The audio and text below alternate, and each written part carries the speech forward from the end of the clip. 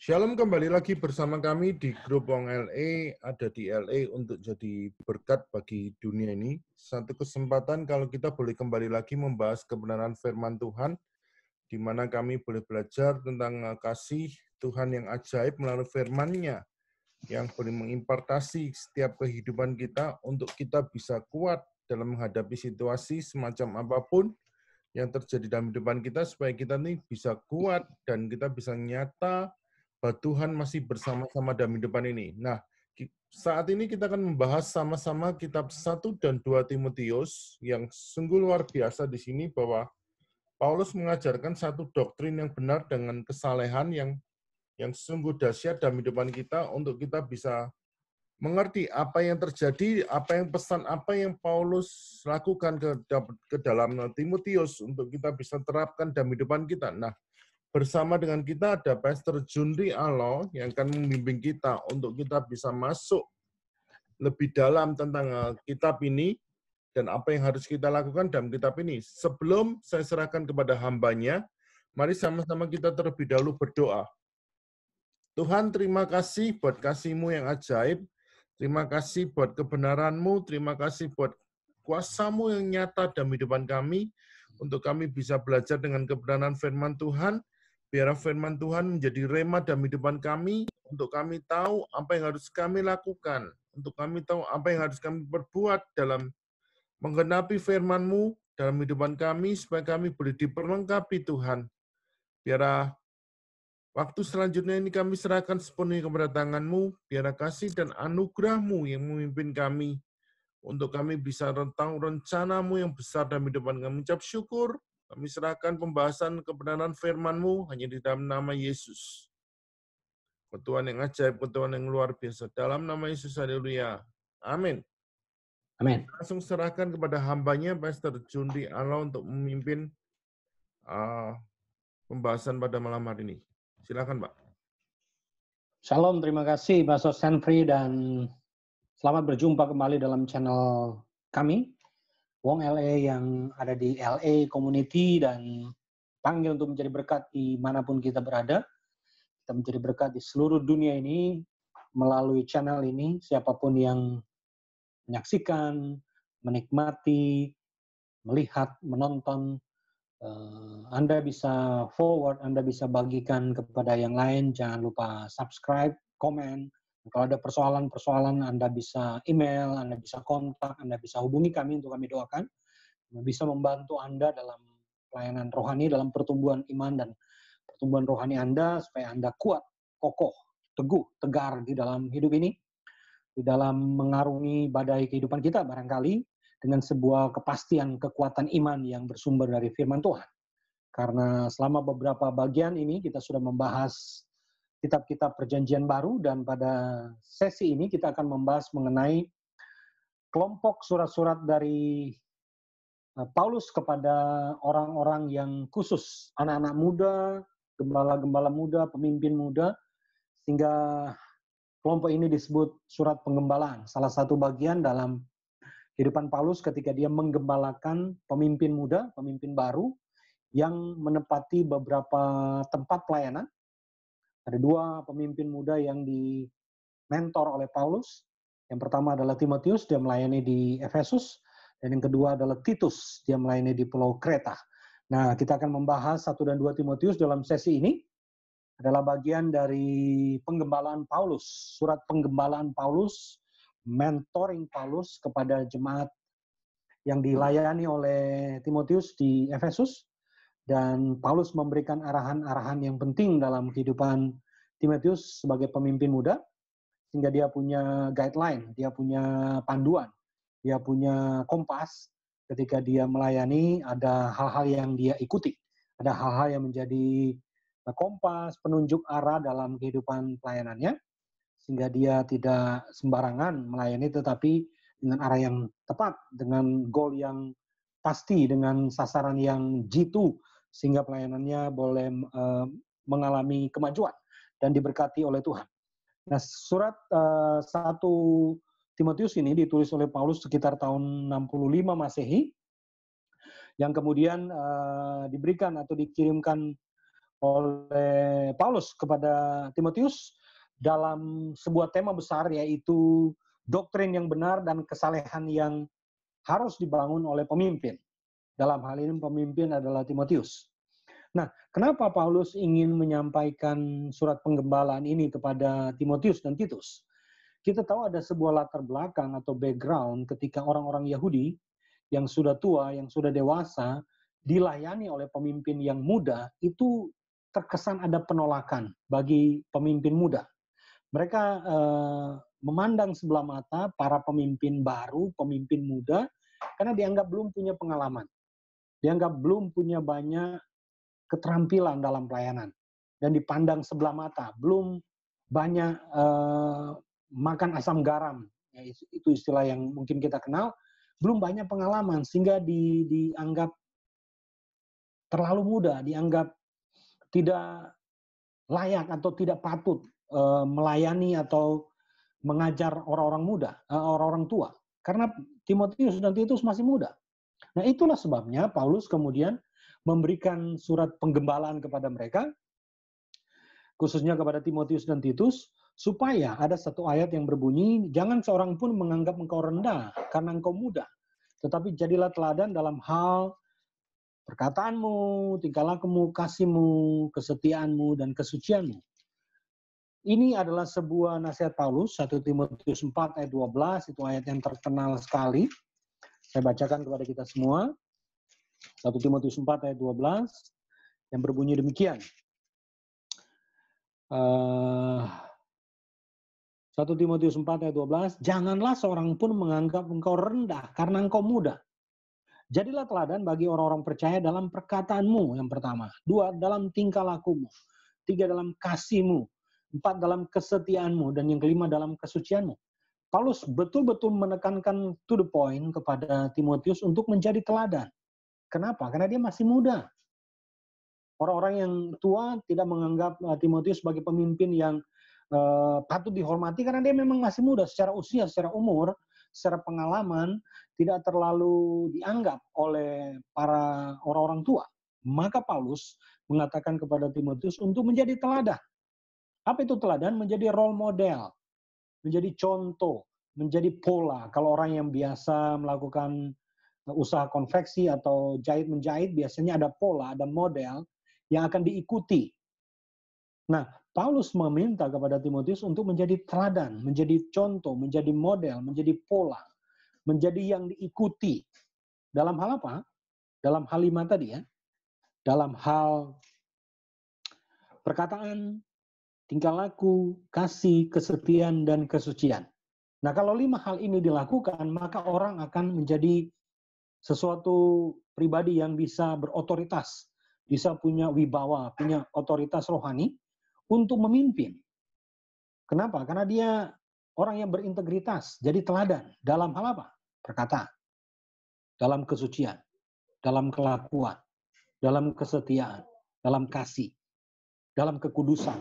Jadi kalau orang yang memiliki kualifikasi seperti itu akan dijadikan contoh, akan dijadikan model, akan dijadikan pola. Nah, oleh sebab itu, Paulus betul-betul mendrill atau train atau melatih pemimpin-pemimpin muda ini, yaitu Timotius dan Titus, untuk menjadi terang, untuk menjadi teladan, untuk menjadi pola, untuk menjadi model, untuk menjadi role model, untuk menjadi contoh bagi jemaat-jemaat Tuhan yang ada di Kolose. Nah, apa tujuan dari surat Paulus ini kepada Timotius? 1 dan 2 Timotius. Yang pertama adalah menasihati Timotius mengenai kehidupan pribadi dan pelayanannya. Dia harus menjaga dirinya secara pribadi. Dan juga pelayanannya. Itu 2 hal yang penting. 1, menjaga diri. Yang 2, menjaga pelayanan. Orang harus berusaha memiliki tubuh yang sehat. Memiliki kondisi fisik yang kuat ketika melayani. Bukan sakit-sakitan. Tidak bermasalah dalam kondisi fisik. Tidak sering lemah gitu. Jadi Paulus menginginkan kepada Timotius untuk memperhatikan kehidupan pribadinya. Maka Paulus berkata kepada Timotius, karena engkau sering sakit, engkau harus meminum sedikit anggur untuk menghangatkan tubuhmu. Ini tidak kemudian disetujui oleh Paulus untuk kita minum minuman keras sampai mabuk. Tidak. Untuk kesehatan, dalam porsi yang terbatas, dalam porsi yang cukup, untuk menghangatkan tubuh. Karena kalau waktu musim dingin, musim salju misalnya, orang butuh kehangatan dan perlu minuman yang bisa menghangatkan, anggur dalam hal ini, yang bisa menghangatkan Timotius. Dan ini pernah disampaikan oleh Paulus kepada Timotius untuk menjaga dirinya. Itu tujuan yang pertama, menasihati Timotius mengenai kehidupan pribadinya dan pelayanannya. Kehidupan pribadi itu juga soal pergaulannya. Bagaimana dia bergaul dengan para bapak, para anak-anak muda, para janda, para orang tua, para pimpinan, para orang-orang yang kaya, bagaimana dia bersikap dengan orang-orang yang miskin. Itu diatur oleh Paulus. Jadi ada sebuah patokan pastoral, patokan penggembalaan, bagaimana seorang hamba Tuhan bisa bersikap terhadap orang yang lebih tua dari dia, terhadap orang yang lebih muda dari dia, terhadap para ibu-ibu, terhadap para pemimpin, bagaimana? Itu harus dilihat sebagai sebuah panduan secara etis dan moral ketika bergaul. Berapa banyak hamba Tuhan yang jatuh ketika misalnya terlalu dekat dengan jemaat wanita, kalau dia pria misalnya, akhirnya terjadi perselingkuhan misalnya. Berapa banyak kemudian hamba Tuhan tidak menjaga integritas, akhirnya dia korupsi misalnya. Berapa banyak hamba Tuhan yang tidak menjaga dirinya sehingga dia menggunakan uang gereja misalnya untuk kepentingan pribadinya. Bagaimana kemudian seorang hamba Tuhan yang tidak bisa menahan diri dan akhirnya yang terjadi adalah perpecahan di dalam gereja. Banyak itu terjadi, kasus-kasusnya terjadi. Bahkan sampai ke pengadilan. Bahkan sampai tuntutan, sampai bawa pengacara dan sebagainya. Itu kenapa? Karena dia tidak menjaga dirinya. Tidak memberikan teladan yang baik. Yang kedua adalah berkaitan dengan pelayanan. Paulus menginginkan Timotius itu melayani dengan sangat baik. Sehingga pelayanannya itu tidak ditolak. Pelayanan itu diterima oleh semua orang. Kita perlu menjaga diri kita dan menjaga pelayanan kita sehingga kita sendiri tidak ditolak. Bahaya sekali ketika kita sudah melayani dengan sangat baik, dengan sangat setia, tapi kemudian kita akhirnya ditolak. Jangan sampai itu terjadi, maka Paulus memberi nasihat untuk Timotius sendiri, mengenai kehidupan dirinya sendiri dan kehidupan pelayanan. Yang kedua, Paulus mendorong Timotius untuk mempertahankan kemurnian Injil dan standar yang kudus dari pencemaran oleh guru-guru palsu. Jadi Paulus menekankan atau memberikan saran, memberikan nasihat kepada Timotius untuk menjaga Injil tetap murni. Sehingga tidak dikompromikan oleh dosa. Tidak kemudian menjadi Injil yang pada zaman sekarang itu kemudian mirip-mirip kata-kata motivator. Kata-kata motivasi biasa. Padahal itu bukan Injil. Jadi kata-kata bijak saja atau kata-kata yang dipakai untuk memotivasi orang saja. Bukan. Injil itu firman Allah, perkataan Tuhan. Bukan sekedar hikmat manusia. Nah, Paulus menginginkan kepada Timotius untuk menjaga Injil yang dia beritakan dari guru-guru palsu yang mencoba untuk menyelewengkan, menyimpangkan Injil yang sejati itu kepada hal yang keliru. Jadi Paulus menginginkan Timotius untuk menjaga konsistensi dalam pelayanannya. Menjaga Injil yang dia beritakan itu tetap murni, tetap utuh, tetap yang terbaik yang diberikan oleh Timotius kepada jemaat Tuhan yang ada di Efesus. Karena dia pemimpin baru. Dia pemimpin muda. Dia pemimpin rohani yang menggembalakan jemaat yang ada di Efesus itu. Maka dia harus memiliki kualifikasi yang baik, termasuk standar pemberitakan Injil yang dia sampaikan di dalam pelayanan jemaat di Efesus. Yang ketiga adalah memberikan pengarahan kepada Timotius berkaitan dengan berbagai urusan dan persoalan di dalam gereja. Di dalam gereja itu pasti ada persoalan. Ada hal-hal yang harus diatur. Ada hal-hal yang harus diselesaikan. Karena persoalan gereja itu besar atau kecil, banyak saja yang harus diselesaikan ya. Ada konflik, ada perbedaan pendapat, ada perbedaan doktrin, ada perbedaan pemahaman, ada perbedaan konsep, ada perbedaan program, ada perbedaan visi, ada perbedaan cara memimpin, cara melayani, cara menggembalakan, ada pemahaman firman yang berbeda. Itu banyak sekali yang bisa terjadi dalam pelayanan, dalam jemaat. Nah, Paulus menginginkan kepada Timotius supaya dia dapat memiliki hikmat dan Paulus mengarahkan Timotius supaya dia dapat menyelesaikan urusan-urusan dalam internal atau dalam interan jemaat itu. Maka Paulus kemudian meminta Timotius untuk mengangkat para penilik jemaat. mengangkat para tua-tua atau penatua jemaat, mengangkat para orang-orang yang bisa menolong Timotius dalam pelayanan. Itu terjadi misalnya dalam pasal yang ketiga ayat 1 sampai 7. Atau pasal 3 ayat 8 sampai 12. Itu ada syarat-syarat diaken. Pasal 3 ayat 1 sampai 7 itu syarat-syarat penilik jemaat. Ya, orang yang menjadi tim dari pengembalaan atau pelayanan Timotius di kota atau di jemaat Efesus. Ada syarat-syarat penilik dan ada syarat-syarat diaken. Nah, ada banyak kemudian diatur di situ syarat-syarat dari pemimpin jemaat atau yang kita sebut sekarang dalam dunia modern sekarang disebut majelis atau disebut para pelayan, shamas, diaken, penatua atau elders begitu ya. Ada syarat-syarat. Itu ada dibagi menjadi dua. Syarat-syarat berkaitan dengan pribadinya dan berkaitan dengan keluarganya. Untuk syarat jadi penilik dan syarat sebagai diaken itu dibagi menjadi dua. Kualifikasi pribadi dan kualifikasi keluarganya. Nah, mari kita lihat kualifikasi pribadi dari calon penilik atau calon diaken atau calon penatua. Apa yang harus dimiliki oleh calon-calon yang hendak diajukan sebagai pemimpin. Nah, ada kualifikasi. Satu, secara pribadi. Yang kedua, keluarganya. Secara pribadi, dia harus memenuhi kriteria tidak bercacat. Artinya apa itu? Bukan orang yang memiliki celah, memiliki cacat di dalam jemaat, yang diomongin orang misalnya. Yang kedua, dapat menahan diri. Bukan orang yang tidak bisa kontrol emosi. Bukan orang yang gerusa-gerusu. Bukan orang yang cepat naik darah. Atau bukan orang yang tidak bisa mengendalikan emosi. Dia bijaksana. Orang yang bisa mengatur diri. Mengatur kehidupan keluarganya. Mengatur pelayanannya dengan baik. Bijaksana. Ya, dia sopan. Bukan orang yang tidak sopan. Orang yang secara kualifikasi pribadi dia memiliki kriteria sopan. Suka memberi tumpangan, artinya membantu orang, menolong orang lain. Ya, suka memberi tumpangan, itu misalnya 1 Timotius 3 ayat yang kedua. Suka memberi tumpangan. Yang berikutnya adalah cakap mengajar. Bisa menjadi mentor mengajar orang lain. Bisa punya kualifikasi pengajar atau mengajar orang lain. Bukan peminum. Bukan orang yang suka minum minuman keras. Bukan pemarah. Orang yang emosional. Tapi peramah. Dia orang yang ramah. Pendamai.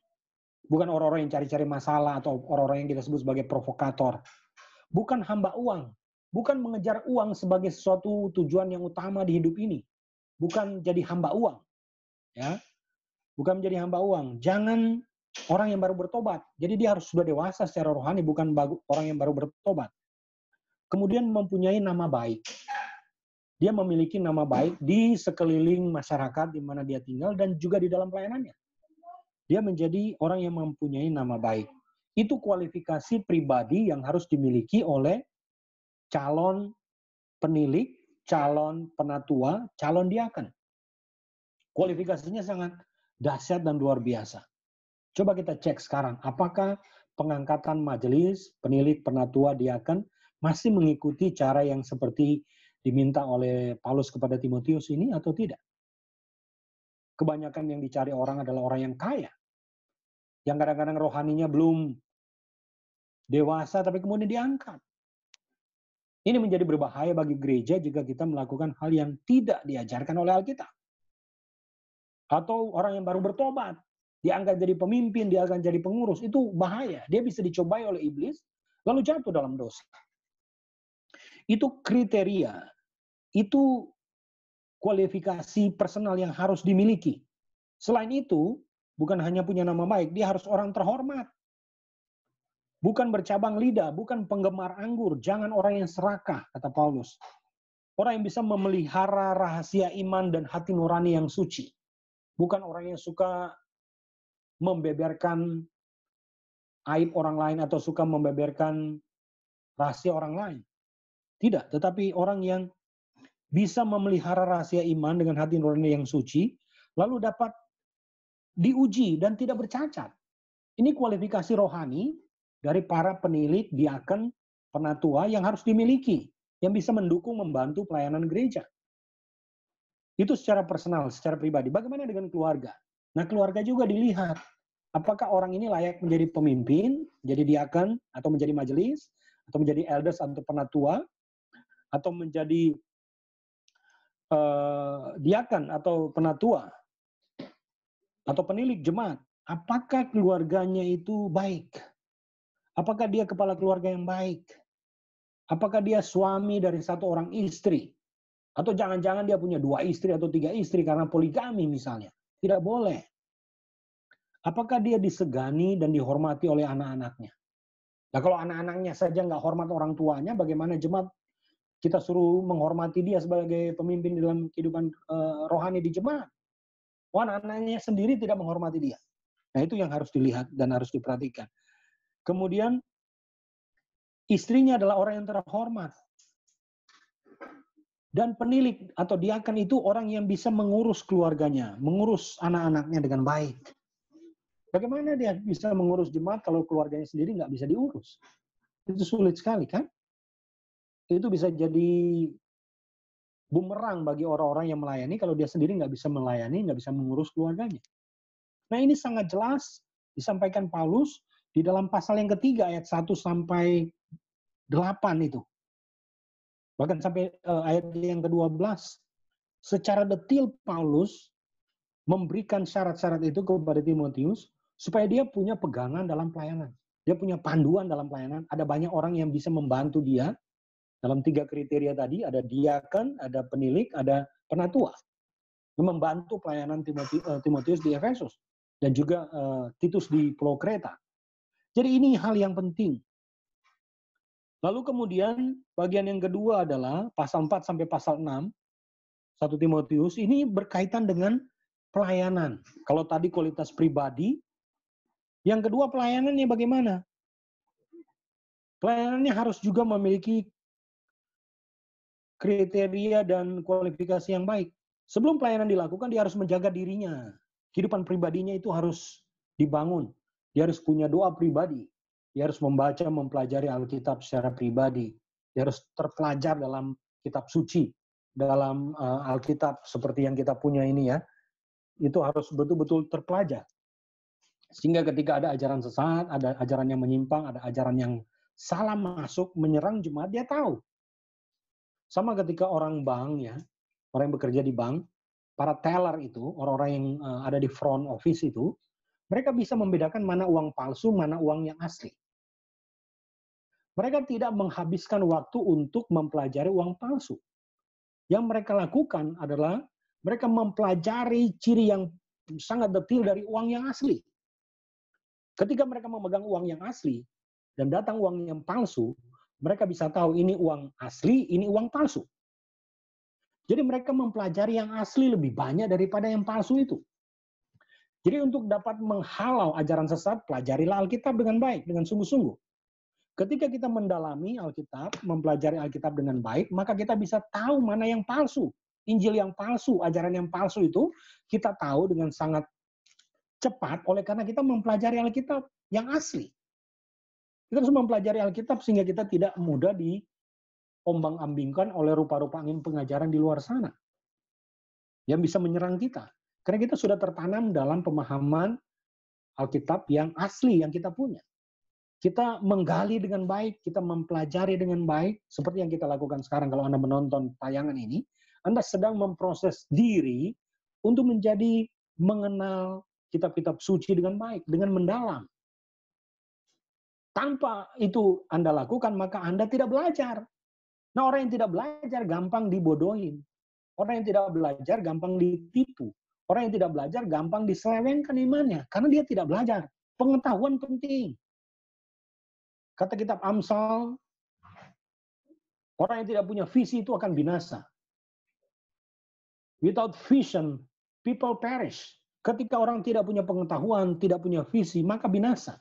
Dia tidak tahu arah tujuannya. Dia tidak tahu apa yang akan terjadi ke depan. Karena dia tidak mempelajari firman.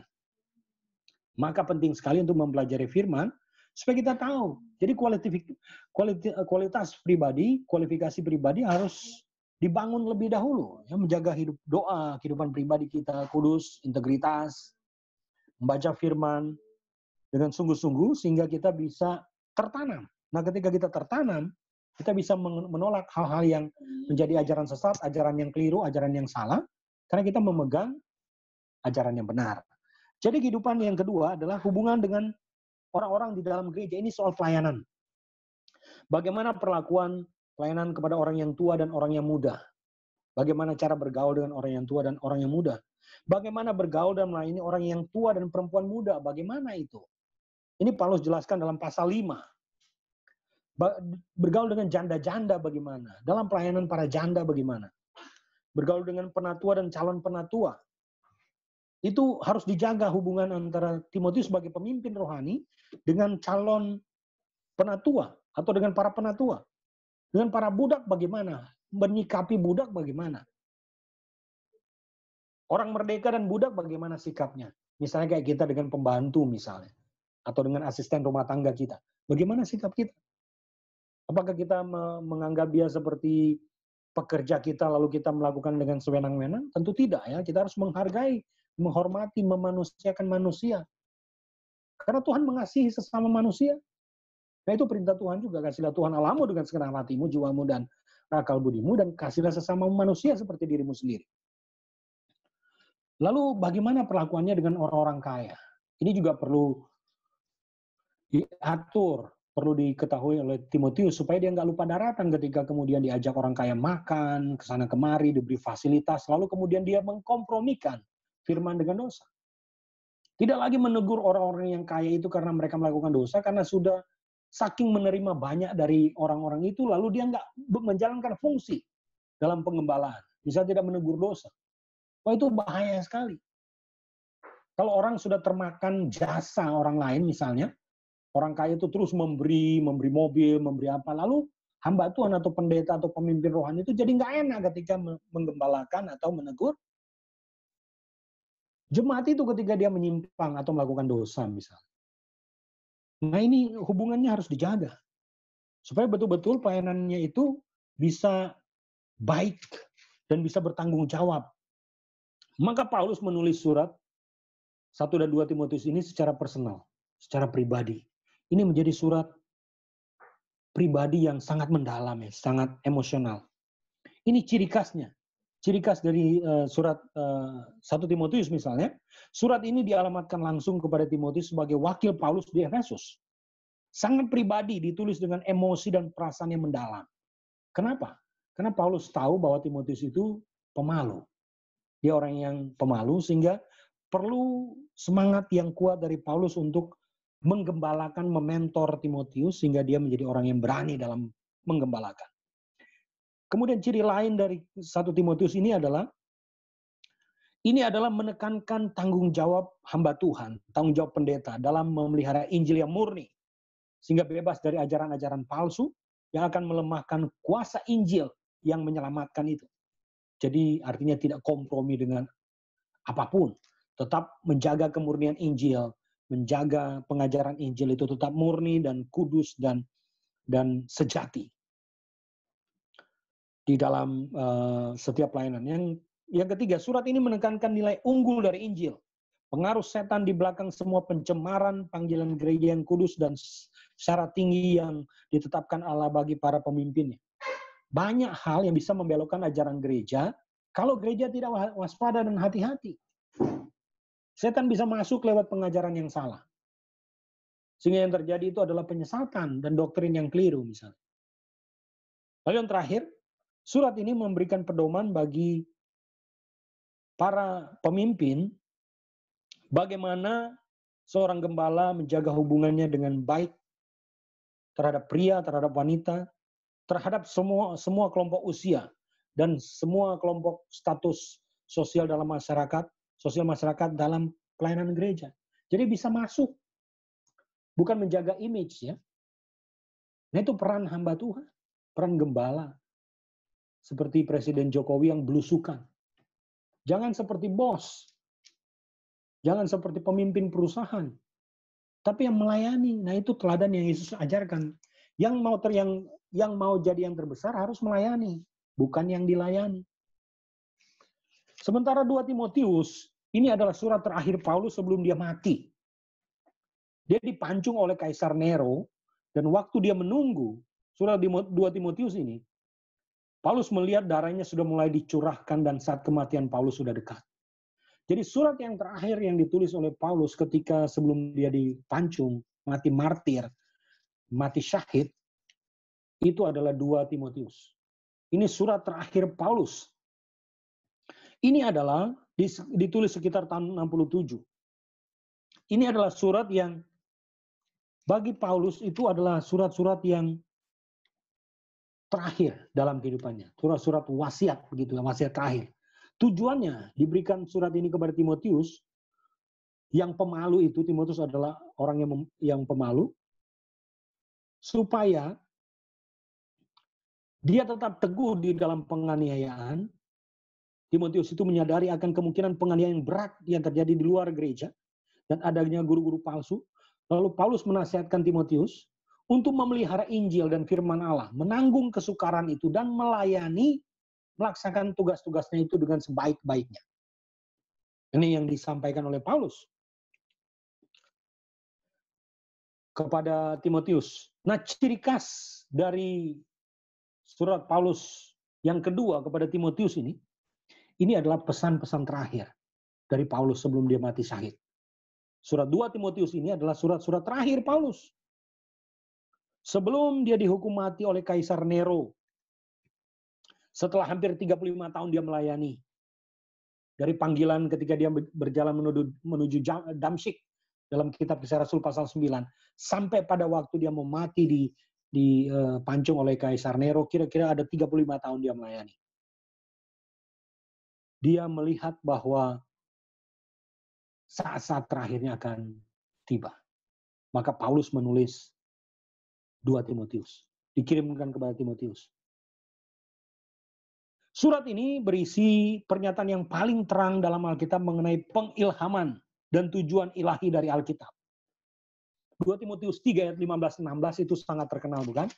Saya bacakan buat kita semua. 2 Timotius 3 ayat 15-16. Inilah tujuan Alkitab ditulis. 2 Timotius 3 ayat 15-16. Bunyinya seperti ini. Ingatlah bahwa dari kecil engkau sudah mengenal kitab suci yang dapat memberi hikmat kepadamu dan menuntun engkau kepada keselamatan oleh iman kepada Yesus Kristus, kepada Kristus Yesus. Ayat 16, 2 Timotius 3 ayat 16. Segala tulisan yang diilhamkan Allah memang bermanfaat untuk mengajar, untuk menyatakan kesalahan, untuk memperbaiki kelakuan, dan untuk mendidik orang dalam kebenaran. Ayat 17. Dengan demikian, tiap-tiap manusia kepunyaan Allah diperlengkapi untuk setiap perbuatan yang baik. Nah, inilah tujuan Alkitab atau kitab suci ini ditulis. Untuk mengajar, menyatakan kesalahan, memperbaiki kelakuan, dan mendidik orang dalam kebenaran. Ini ditulis Paulus ketika dia sudah mau meninggal. Sudah mau akhir, sudah mau mati. Sebelum dia dipancung, dia menulis dan kirimkan kepada Timotius. Surat-surat terakhir. Dan dia menulis mengenai tujuan, manfaat, dan fungsi dari Alkitab. Mengajar, mendidik, memperbaiki kelakuan, dan menyatakan semua kesalahan kita. Segala tulisan yang diilhamkan Allah memang bermanfaat untuk mengajar, menyatakan kesalahan, memperbaiki kelakuan, dan mendidik orang dalam kebenaran. Sehingga tiap-tiap manusia kepunyaan Allah diperlengkapi untuk perbuatan baik. Saudara dan saya adalah kepunyaan Allah. Maka kita diperlengkapi untuk melakukan kehendak Allah. Kita diperlengkapi untuk melayani dan menyenangkan hati Tuhan. Bukan menyenangkan diri kita sendiri dan keluarga kita, tetapi menyenangkan hati Tuhan. Itu panggilan kita yang terutama. Dan dalam pasal yang terakhir, Paulus mengatakan kepada Timotius untuk menunaikan tugas pelayanannya. Pasal 4, saya bacakan ayat 1 ya. Ayat 1 dan 2. Pasal 2 Timotius 4 ayat 1-2. Di hadapan Allah dan Kristus Yesus yang akan menghakimi orang yang hidup dan yang mati. Aku berpesan dengan sungguh-sungguh kepadamu. Demi pernyataannya dan demi kerajaannya. Beritakanlah firman. Siap sedialah baik atau tidak baik waktunya. Nyatakanlah apa yang salah. Tegurlah dan nasihatilah dengan segala kesabaran dan pengajaran. Karena akan datang waktunya Orang tidak lagi dapat menerima ajaran yang sehat, tetapi mereka mengumpulkan guru-guru menurut kehendaknya untuk memuaskan keinginan telinga mereka. Mereka akan memalingkan telinganya dari kebenaran dan membukanya bagi dongeng. Tetapi kuasailah dirimu dalam segala hal, sabarlah menderita, lakukanlah pekerjaan pemberitaan Injil, dan tunaikanlah tugas pelayanan. Ini nasihat yang luar biasa dari Paulus. Karena akan datang masa-masa akhir di mana orang kemudian mereject, menolak firman. Mereka membuka telinga untuk dongeng dan kemudian menolak kebenaran. Itu ciri orang pada masa akhir zaman. Kasih manusia menjadi dingin. Mereka kemudian tidak lagi menyukai hal-hal rohani, tidak lagi menyukai Tuhan, tapi kemudian membenci Tuhan. Ini kondisi pada manusia modern sekarang. Tetapi Paulus menasihatkan Timotius untuk menunaikan tugas pelayanannya. Di akhir-akhir kehidupan Paulus, dia masih memberikan nasihat semangat kepada Timotius untuk tetap terus maju dalam pelayanan. Apapun masalah, tantangan, rintangan, penganiayaan, persoalan, maju terus. Nah, spirit itu kita harus ambil pada zaman sekarang ini, pada dunia modern sekarang ini, untuk kita tetap terus bersemangat. Kendala, tantangan, rintangan apapun di depan kita akan maju terus. Karena iman percaya kita kepada Kristus akan memimpin kita. Tidak usah khawatir, jangan takut, karena Tuhan beserta kita. God with us. Immanuel, Allah beserta kita. Dalam Matius 28 ayat 19-20 dikatakan, pergilah, jadikan semua bangsa muridku, baptislah mereka dalam nama Allah Bapa, Anak, dan Roh Kudus, dan ketahuilah, aku akan menyertai engkau sampai kesudahan alam ini. Dan janji itu menyertai setiap kita. Para hamba Tuhan, pelayan Tuhan, para jemaat Tuhan, para aktivis gereja, para orang-orang percaya.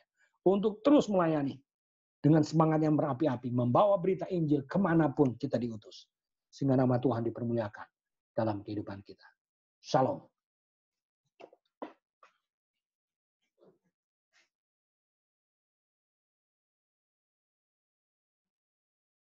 Nggak kedengaran suaranya.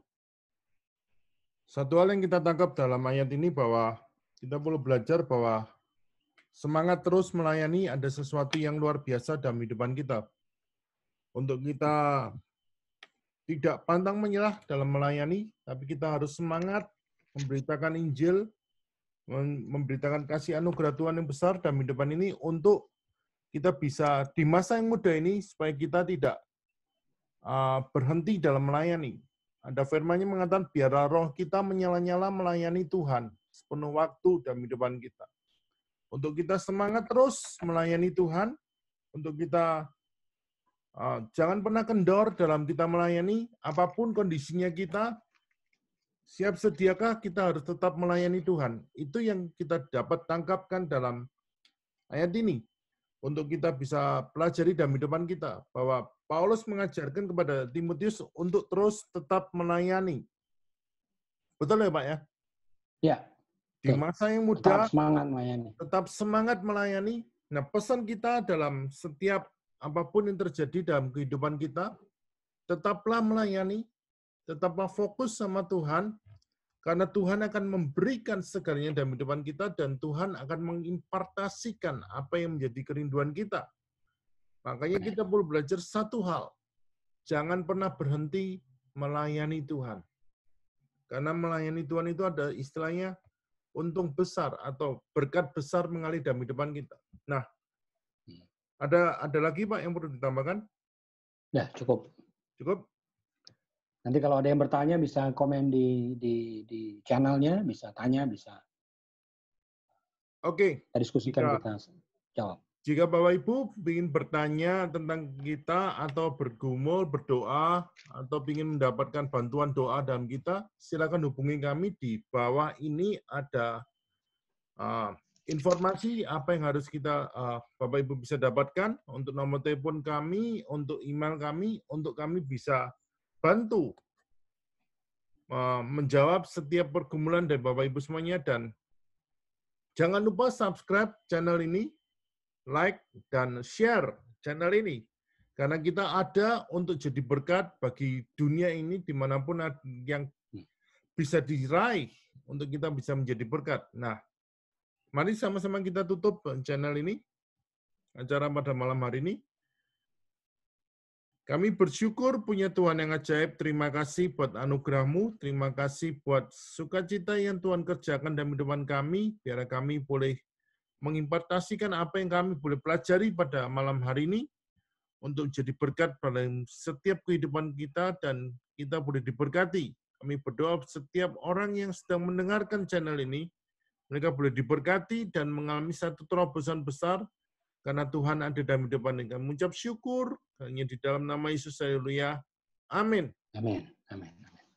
Terakhir kita mengucapkan terima kasih buat waktu yang Pak Juli boleh bagikan kepada kita.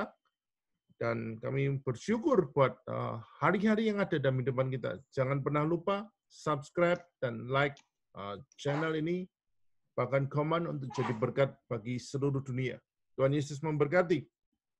Ya, shalom. Shalom.